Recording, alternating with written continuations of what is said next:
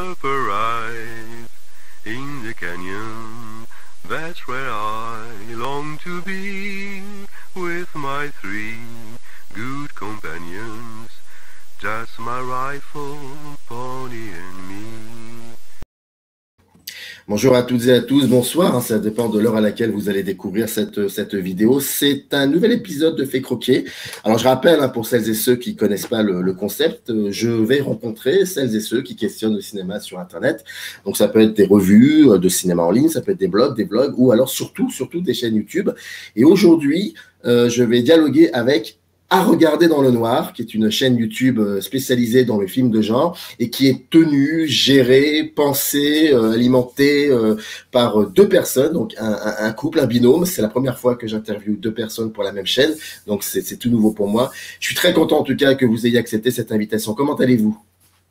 Ça va, merci. Très bien. Très bien. Bon, j'aime beaucoup votre décor en toile de fond derrière. D'habitude, c'est obscur. Au fur et à mesure des années. Comment? Des petites choses qu'on a amassées au fur et à mesure des années, en fait. Dans les brocantes, plus ou moins? Entre autres. Oui, il y a de l'occasion, il y a du neuf, un peu partout. C'est des petites choses qui nous représentent aussi après. Ouais.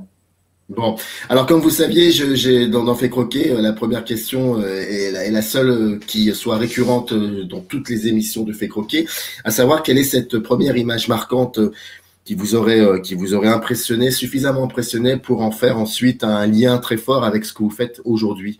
Donc cette image marquante, ça n'est pas forcément un extrait de film, ça peut être aussi un tableau, une photographie, un rêve, une situation que vous auriez vécue. Et encore une fois de plus, toujours avec cette idée d'image et non pas de rentrer dans la vie privée, mais plutôt une image qui a un lien avec ce que vous faites aujourd'hui.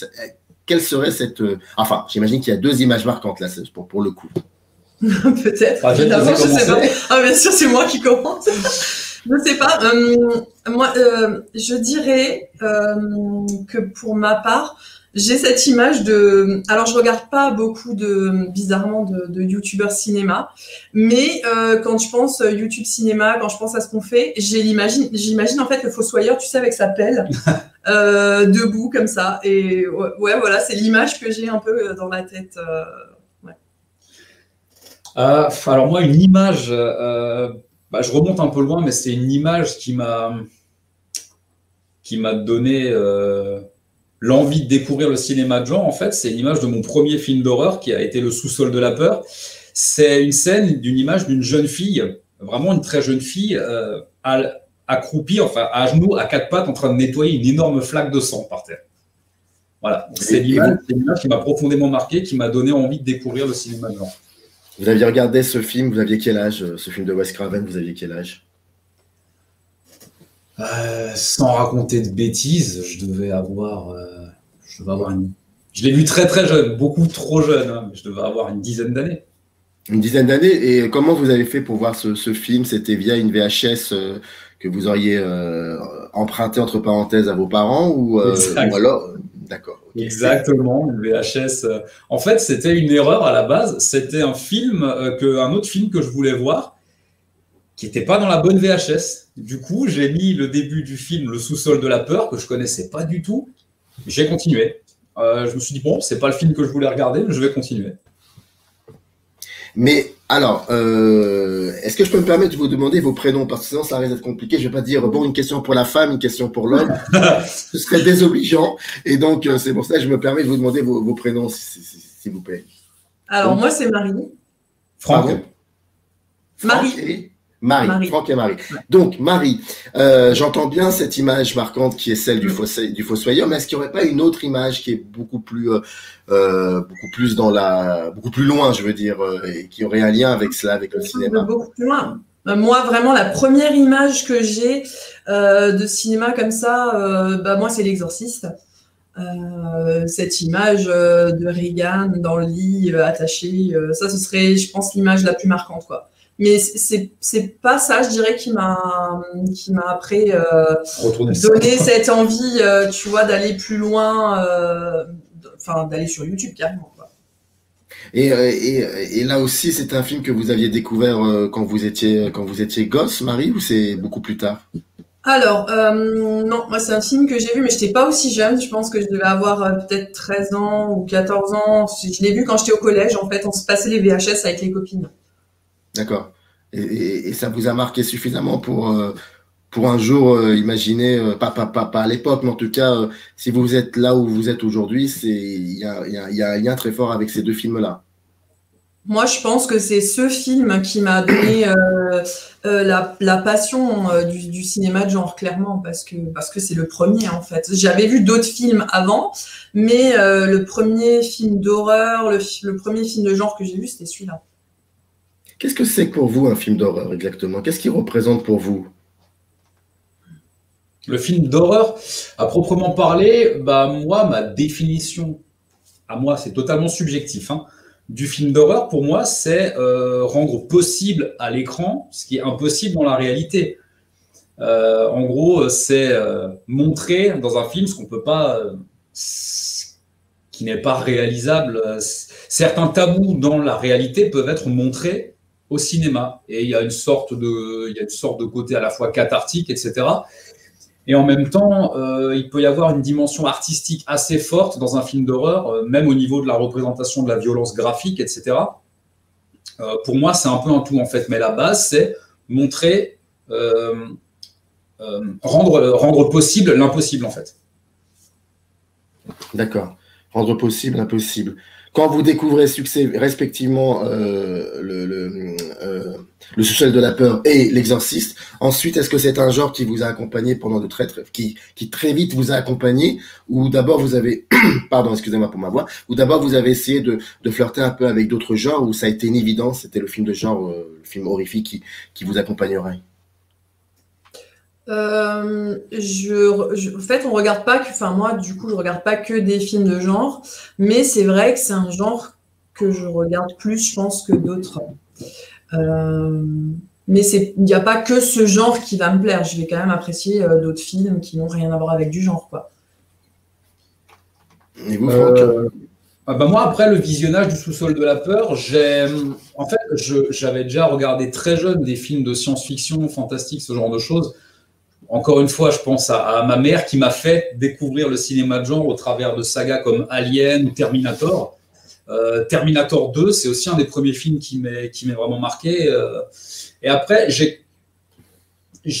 fait, j'ai commencé graduellement, après avoir vu le sous-sol de la peur, à commencer à regarder des films de genre, à fouiller un petit peu plus. Pour la petite histoire, via un vidéoclub qui avait assez près de chez mes parents à l'époque. Et j'ai commencé à regarder des sagas comme les Freddy, etc., les Vendredi 13, beaucoup plus tard, vraiment des sagas cultes. Et après, en grandissant, à chercher peut-être des choses un peu plus confidentielles. Donc ça s'est fait graduellement. Ouais. Et donc, si j'ai bien compris, Franck, c'est plutôt vos parents qui ont été les passeurs, quoi, ceux qui vous ont transmis ce rapport au cinéma. Bah, ma mère, principalement pour le cinéma d'horreur et le cinéma de genre en général. Et mon père, plutôt pour des sagas cultes comme Le Parrain ou les Rocky, ce genre de choses. Donc, vraiment deux univers cinématographiques différents. Mais ouais, c'est mes parents, premièrement, tout au début, du coup, c'est mes parents qui m'ont fait découvrir beaucoup de choses. Et vous, Marie, ce serait aussi des membres de la famille, ou c'est peut-être d'autres personnes proches qui vous ont ouvert au cinéma? Alors moi j'ai des souvenirs de cinéma. Moi j'allais beaucoup au cinéma avec ma mère, souvent pour mon anniversaire. Et après j'allais au cinéma aussi avec des cousins, cousines un peu éloignés, où on allait voir des films mais vraiment pour enfants. On était allé voir comment s'appelle le truc de voyage, je sais si jamais L'incroyable voyage, ouais, Tom et Jerry, ce genre de films, bon bah qui sont des films clairement pour enfants. Et après ma mère m'a fait découvrir plutôt des séries en fait de genre, Twin Peaks, X-Files, Au-delà du réel, toutes ces séries en fait. Ça avait parlé de Poltergeist aussi, de la série, non, ça me dit rien. Qu'est-ce qui fait qu'à un moment ou à un autre vous vous retrouvez à vouloir créer une chaîne YouTube? On s'ennuyait un petit peu, c'était le confinement. Et on s'est dit, tiens, quand les cinémas vont rouvrir, on aura plein de films à partager avec les gens. Donc, on va ouvrir notre chaîne YouTube pour la réouverture des cinémas. Donc, l'année dernière. Rouvrir. Et puis, finalement, les cinémas ont rouvert, mais tellement peu de temps qu'il n'y a rien eu et qu'on n'a même pas eu le temps d'y aller. Donc, du coup, c'est vrai que, bon, ben, On a essayé de faire vivre la chaîne autrement. Ouais, voilà. Mais il y avait quand même une idée très forte de vouloir transmettre quelque chose, parce que quand je vois vos vidéos, vous faites pas ça à la rigolade, c'est très très sérieux. Quand vous parlez des films, c'est plus que de l'analyse. J'ai cette impression même que parfois vous en parlez comme si votre vie en dépendait. C'est très beau et en même temps très fort, et c'est très sérieux. Ça n'a rien à voir avec les lives, bien évidemment, parce que c'est autre chose. Mais je trouve ça assez incroyable. Bah après, on parle des films qu'on aime, des films dont on a envie de parler. Donc, c'est vrai que du coup, il y a cette passion, cette envie de donner l'envie aux gens de les voir. Et en fait, à la base, c'est même pas ça. Enfin, c'est pas ça qu'on voulait faire. On voulait plutôt faire de la critique de films. Ça a un peu évolué. On en faisait pas mal au début. On n'en fait plus trop. Mais c'est vrai que on parle, c'est des films qu'on aime, c'est des films qu'on a envie de partager avec les gens. Et je pense que c'est peut-être pour ça qu'on a cette impression de grosse passion, parce que c'est une passion. Complètement. Et comment vous préparez ces vidéos-là, quand vous faites de la critique, vous la préparez comment? La critique, en fait, c'est, comme dit, on n'en fait plus trop parce que l'actualité, pour l'instant, s'y prête pas trop. La critique, en fait, c'est quand on a un film, par exemple, qui nous interpelle. Je vais prendre l'exemple du premier film qu'on a chroniqué, à savoir Mandy, avec Nicolas Cage, entre autres. C'est un film qu'on a eu, nous, envie de voir. On avait déjà le projet de la chaîne, on a vu une image qui nous a hypé, on s'est dit, tiens, on va regarder ce film, et pourquoi pas en faire notre première chronique. Donc, en regardant le film, simplement, ça s'est fait assez spontanément. On a pris quelques notes sur des éléments du film qui nous ont marqués pour livrer notre avis. Et après coup, après le visionnage du film, c'est passé par un peu de recherche sur le réalisateur, sur les acteurs. Bon, pas Nicolas Cage, parce que oui, tout le monde le connaît, mais sur les conditions, la manière de laquelle le film a été fait et les conditions dans lesquelles il a été réalisé. Et voilà, ça s'est fait assez spontanément au final. Et est-ce que Pardon, excusez-moi Marie, vous dites.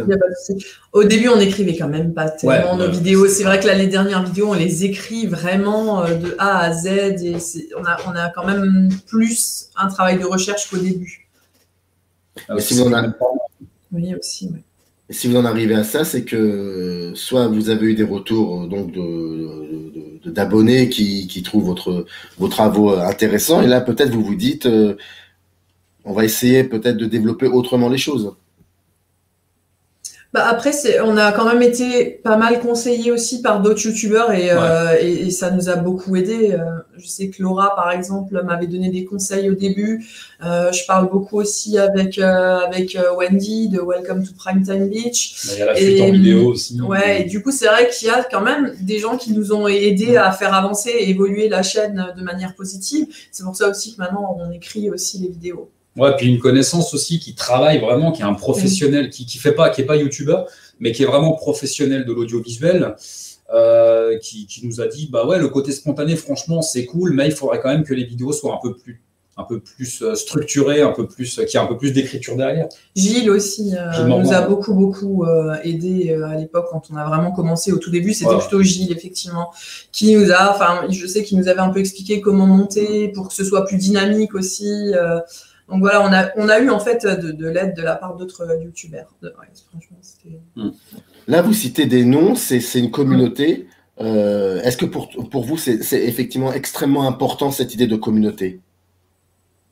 Bah moi je trouve que c'est important, ouais, parce qu'il y a vraiment une entraide et je pensais pas en fait quand on s'est lancé là-dedans que les autres allaient nous aider, parce que c'est vrai que moi je m'imaginais quelque chose de plus compétitif, quoi, à se dire mais il va nous voler notre travail et en fait non, pas du tout. Il y a vraiment une entraide, il y a vraiment une communauté en fait que je pensais pas qu'il allait y avoir, quoi. Bah on était toujours au début un petit peu dans le ah oui, mais ça a déjà été dit, tel et tel youtubeur a déjà traité de ce sujet, on va pas en gros leur piquer le concept, un truc comme ça. Mais en fait, non, pas du tout. Parce que c'est, comme dit, c'est des youtubeurs qui... En fait, c'est super enrichissant quoi, d'avoir des contacts avec ces personnes-là. Encore une fois, je reparle toujours des mêmes, mais il y a principalement la fuite en vidéo, il y a Laura Fégenre, il y a des deux côtés de l'écran, il y a Gilles Morgan, il y a plein de youtubeurs comme ça. Et ouais, c'est une communauté qui est super bienveillante, et franchement, c'est super enrichissant de travailler avec avec d'autres personnes ou avec d'autres chaînes, quoi. Est-ce que cette chaîne YouTube vous a aussi permis peut-être de voir autrement les films que vous aviez l'habitude de voir, le genre que vous aviez l'habitude de côtoyer? Je sais pas si ça a vraiment changé. Enfin, j'ai pas l'impression. Je sais pas toi, mais Pas la manière d'appréhender les films à proprement parler, mais je dirais que même sur des franchises qu'on pensait vraiment connaître, bah, en se documentant, on découvre encore des trucs en fait, quoi. Oui, c'est ça. Oui. Donc ça permet d'approfondir, on va dire, pas mal notre culture cinématographique. Et elle est où la part de on cherche quand même pas mal. Bah là, la prochaine vidéo qu'on fait, il y a un travail de recherche qui est quand même assez énorme. Là, ça fait quand même pas mal de temps que je suis en train d'écrire dessus.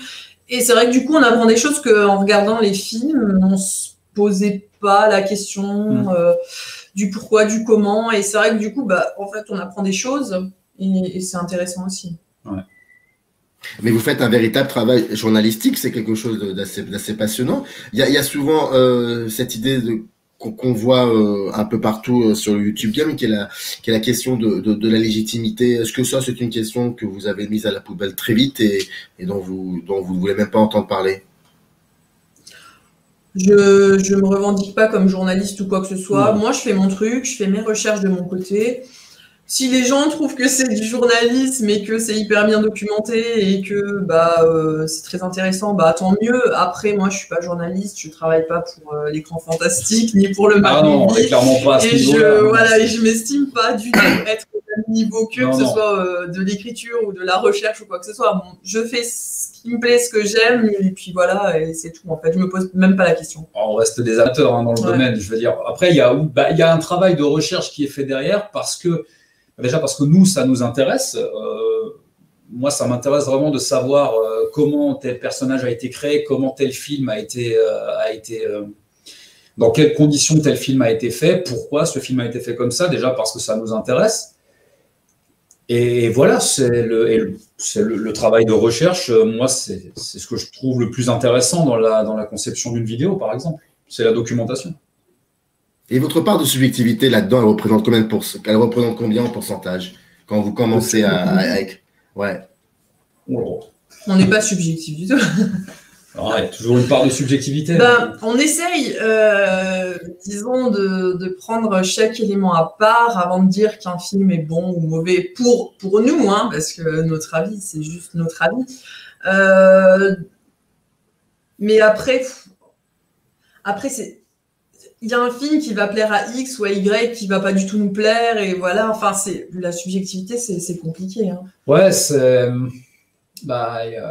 après, comme dit, la question de l'objectivité ou de la subjectivité, là, vu comment le format de la chaîne a évolué, vu qu'on n'est plus trop dans de la critique, la question, on se la pose plus trop en fait, quoi. Non, mais après, on peut quand même rester un minimum critique et dire voilà, là, d'un point de vue scénar ou d'un point de vue visuel, c'est moche ou c'est ci ou c'est ça.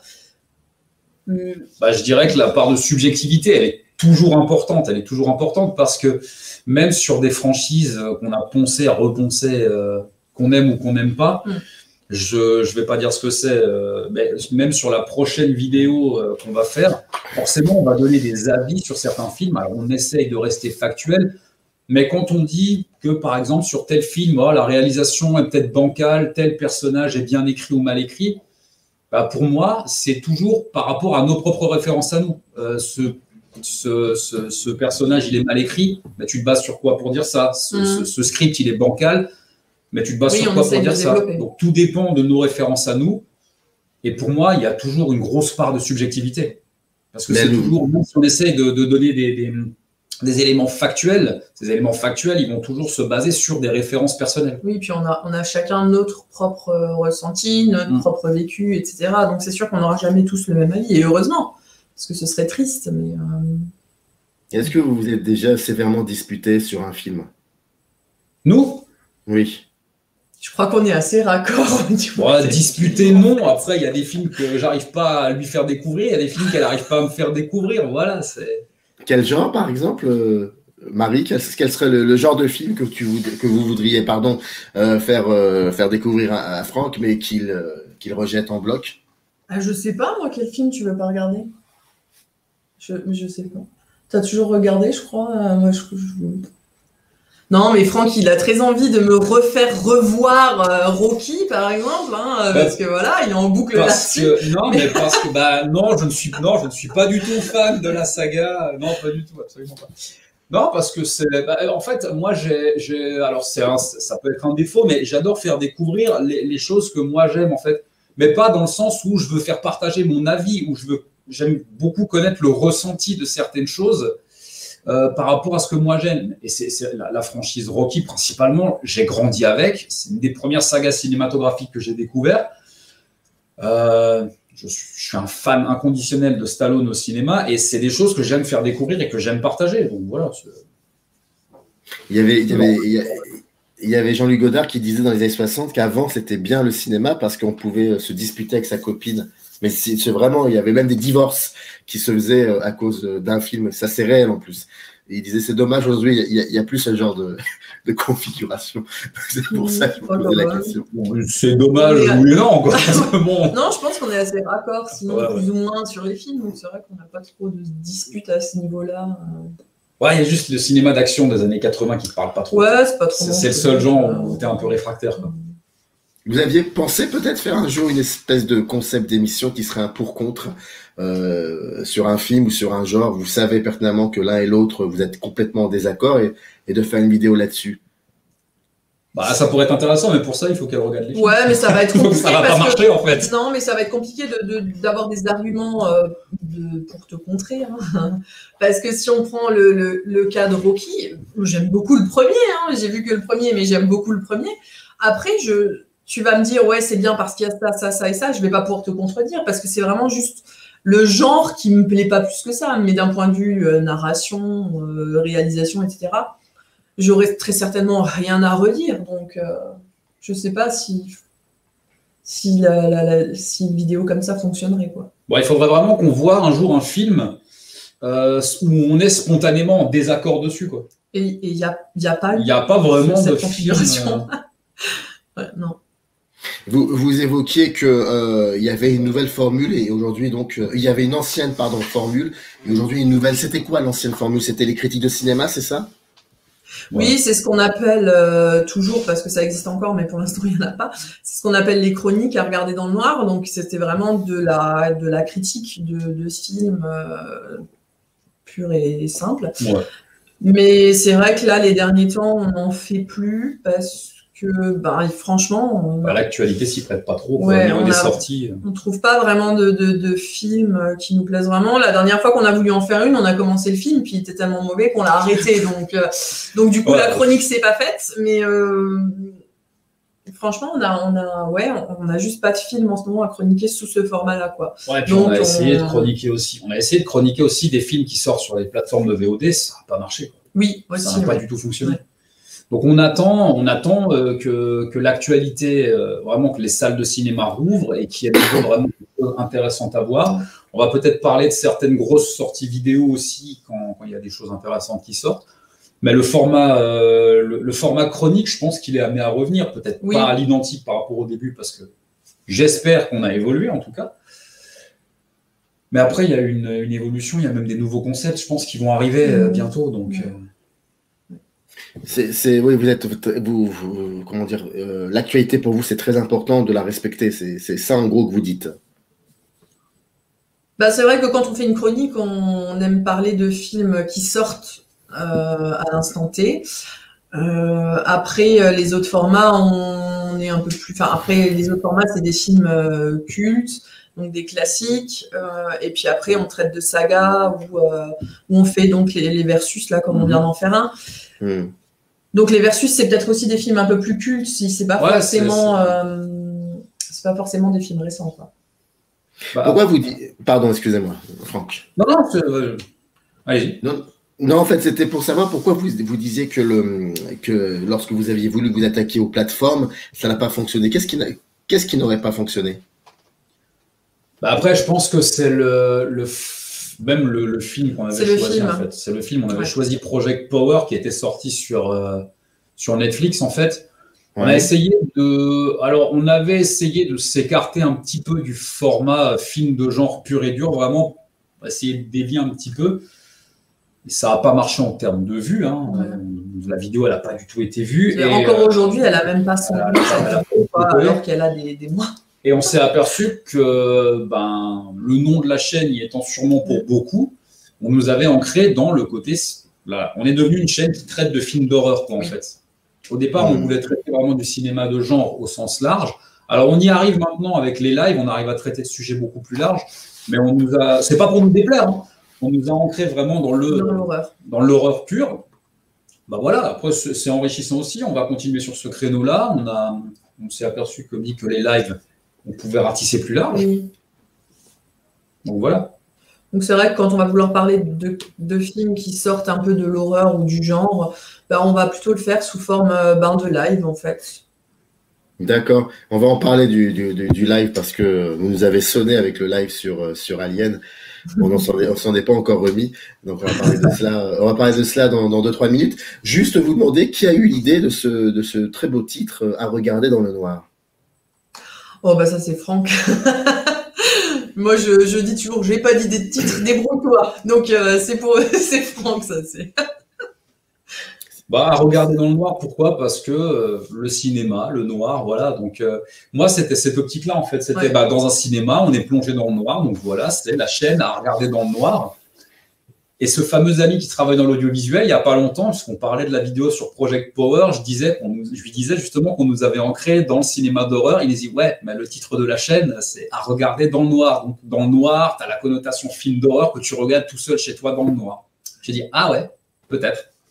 Il y a de cela. Et puis même les vidéos que vous faites, je parle pas du live, hein, mais les vidéos que vous faites, quoique si, votre décor, il y a très peu de lumière et ça donne une sensation, une ambiance assez particulière.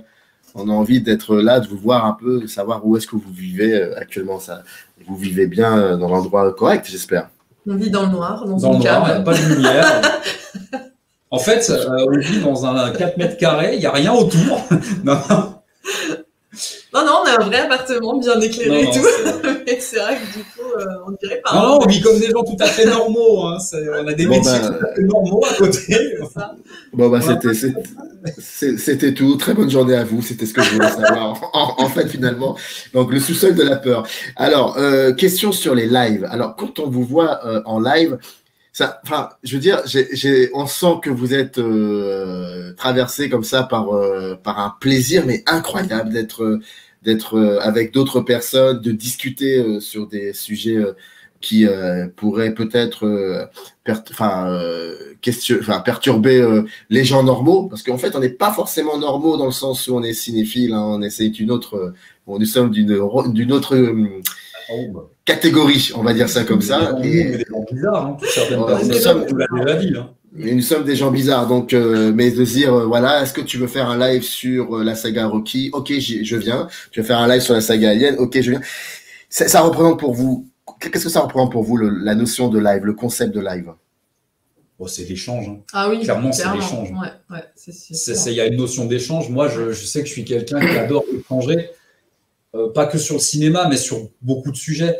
J'aime beaucoup échanger. Alors là, quand je peux échanger avec des gens qui ont les mêmes centres d'intérêt que moi sur le cinéma ou la musique ou ce genre de choses, mais alors là, c'est que du bonheur, quoi.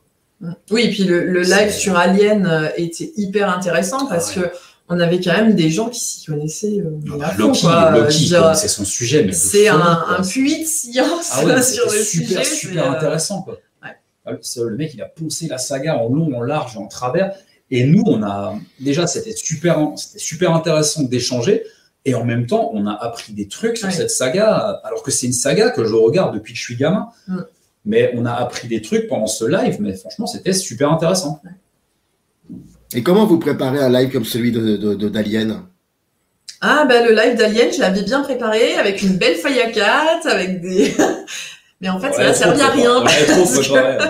Parce qu'en fait, un live, surtout là, quand on parle d'une saga aussi grande et riche qu'Alien, ça part un peu dans tous les sens. Donc je sais pas si ça vaut vraiment le coup de préparer énormément un live comme ça. Après, le live de Rocky, c'est Franck qui l'a fait. Je l'ai pas du tout préparé celui-là. Je sais pas, mais là, un live aussi grand qu'Alien, ça sert à rien de le surpréparer en fait. Parce qu'on va jamais là où on veut aller. Et comment vous choisissez les personnes qui vont intervenir dans vos lives? Est-ce que quand vous les contactez, ça se fait très facilement ou il y a parfois des refus? Parce que dans le YouTube Game, il est évident qu'il y a des gens qui ne veulent pas discuter avec d'autres personnes parce que il y a des problèmes, parce qu'il n'y a pas assez de zéros dans le nombre d'abonnés, des choses de ce genre, et qui sont complètement futiles d'ailleurs. Mais comment ça se passe? Nous, on est tout petits, alors du coup... mais les lives, ça marche. Là, pour le live, on est plutôt obligé de refuser du monde, en fait. Ouais, donc, pour les lives, ça marche de folie. En fait, pour le premier live, donc le live Alien, j'ai fait une annonce sur Twitter. Voilà, on cherche des gens pour faire un live sur Alien. Qui veut venir? Envoyez-moi un message privé. Puis j'étais submergée de messages privés. Je savais plus quoi faire. Il y en avait tellement. Et puis donc, du coup, c'est moche, hein, mais j'ai été obligée un peu de faire une sélection. Bon, c'est vrai que j'ai pris un petit peu aussi les premiers arrivés, quoi. Et puis j'avais envie vraiment que Loki participe parce que a priori il s'y connaissait vraiment très bien. Donc voilà, mais après les autres, c'est vrai que j'ai un peu pris par ordre d'arrivée dans la messagerie, quoi.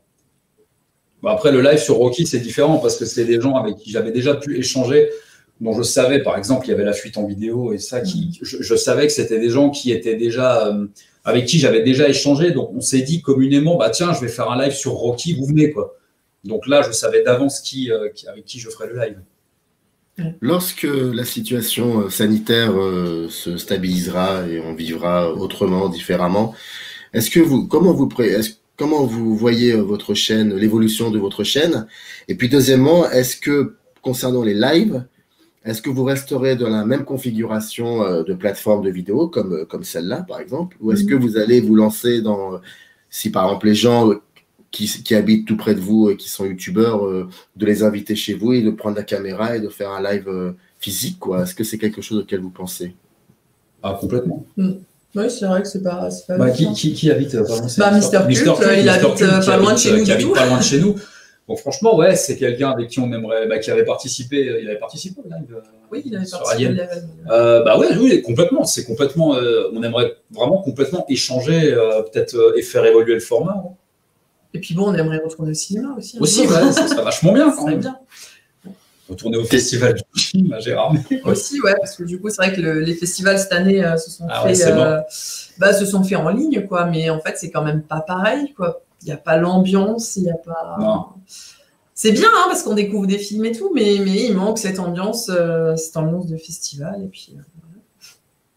Et l'évolution de votre chaîne, vous la voyez comment par rapport à ce que vous allez revenir, les critiques, j'imagine que vous y reviendrez quand les salles de cinéma vont réouvrir. Mais est-ce que vous pensez un petit peu dans quelques mois, est-ce que vous avez des idées des concepts d'émissions ou vous vous laissez on a quelques idées de concepts, ouais, mais bon, c'est vrai que ça demande un travail d'écriture et tout assez conséquent, donc pour l'instant, c'est pas encore lancé. Effectivement, on va revenir aux chroniques, hein, dès que les cinémas auront rouvert un jour, peut-être. Mais oui, il va y avoir une évolution, il va y avoir des nouveaux formats. Des nouveaux concepts, ouais, mais qui pour l'instant sont assez, on va dire, un peu plus ambitieux que ce qu'on fait aujourd'hui. Et du coup, là, pour l'instant, c'est simple, on ne se sent pas, nous, encore assez expérimentés. On est une chaîne qui est quand même très jeune. On ne se sent pas assez expérimentés pour ces formats-là. On les garde sous le coude. Ils vont voir le jour, quoi qu'il arrive, parce qu'on y tient vraiment. C'est des sujets qui nous intéressent. Mais pour l'instant, on préfère acquérir un petit peu plus d'expérience dans ce qu'on fait déjà avant de s'engager dans des choses plus ambitieuse. Ouais. En tout cas, cette chaîne YouTube qui s'appelle Un regard dans le noir, vous pouvez trouver le lien dans la page de ce nouvel épisode de Fait Croquer. Merci beaucoup Franck, merci beaucoup Marie d'avoir accepté cette invitation et d'avoir discuté de cette chaîne qui, je suis même sûr et certain, va nous proposer des choses très surprenantes dans les mois à venir. Je le sens. Et le prochain live, ce serait, sans spoiler, c'est un sujet très conséquent. Moi, j'y ai pas pensé encore, mais on en avait parlé, ouais, ça risque. Alors franchement, le prochain live, on va se débrouiller pour pas faire un live de 6 heures, mais ça risque d'être un très gros sujet, ouais. Un sujet qui va ratisser très large, qui ratisse à la fois le genre et le cinéma plus grand public, on va dire. Bon. Oui, parce que tous les lives nous permettent de parler d'autre chose que de films de genre, en fait. Ouais. Et il sera prévu dans combien de temps à peu près? Oh là là, on s'y est pas du tout penché. Ah non, pour encore. l'instant, on va peut-être commencer à se pencher dessus parce Voilà, que oui, je pense on n'a pas que de gros projet de vidéo pour l'instant, mis à part celle qu'on va sortir prochainement. Mais je pense qu'après la prochaine vidéo, on va commencer à bosser dessus, ouais, je pense. D'ici 3 semaines, je pense. Ouais, je pense. Bah, écoutez, je vous dis merde hein, pour l'avenir. Merci. Voilà, c'est- à très vite. En tout cas, merci beaucoup d'avoir accepté cette invitation. C'était vraiment un plaisir de dialoguer avec vous. Super, Bah, merci de nous pour avoir l'invitation, invités. merci d'avoir pensé à nous. Bonne journée à vous. Merci. Générique. Up arise in the canyon, that's where I long to be, with my 3 good companions, just my rifle, pony and me.